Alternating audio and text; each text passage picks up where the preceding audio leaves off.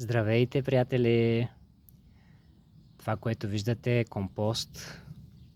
Почва, която сме създали тук в нашият малък компостер.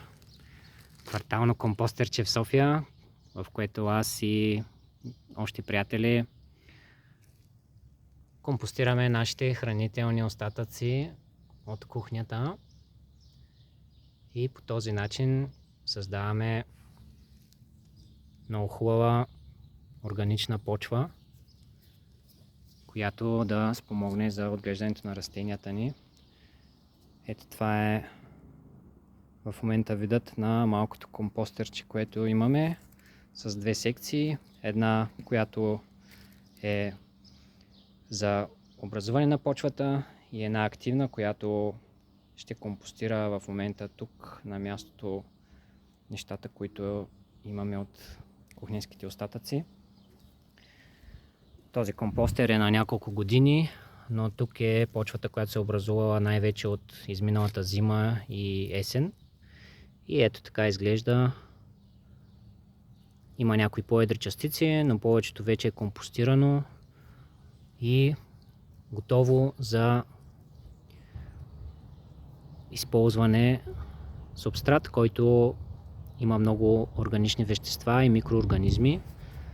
Много е подходящ за отглеждане на разсади, за добавяне към друга почва, която използваме в градината, и за добавяне на микроорганизми и органика към така по-изтощена почва.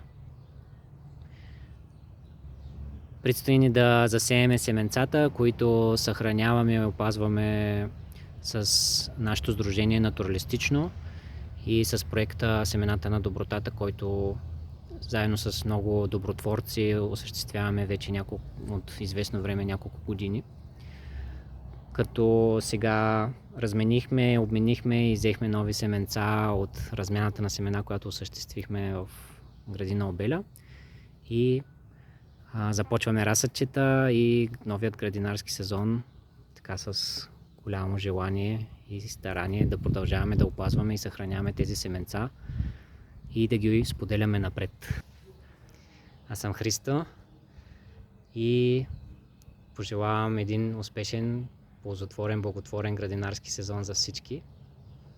Нека бъдем заедно в тази мисия, в тези времена, в които е все по-важно каква е нашата храна и как се грижиме, в хармония ли сме с земята. Ние продължаваме да действаме в тази насока с Сдружение Натуралистично и ще се радваме, ако и вие се присъедините по някакъв начин. В момента отправяме призив към градинари, които искат да се включат като семепазители и да помогнат за тези семена, които имаме, да се отглеждат и да бъдат разпространявани след това към други.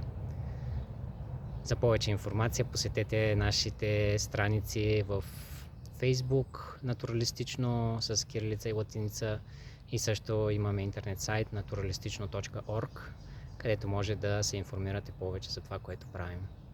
Благодаря ви. До скоро!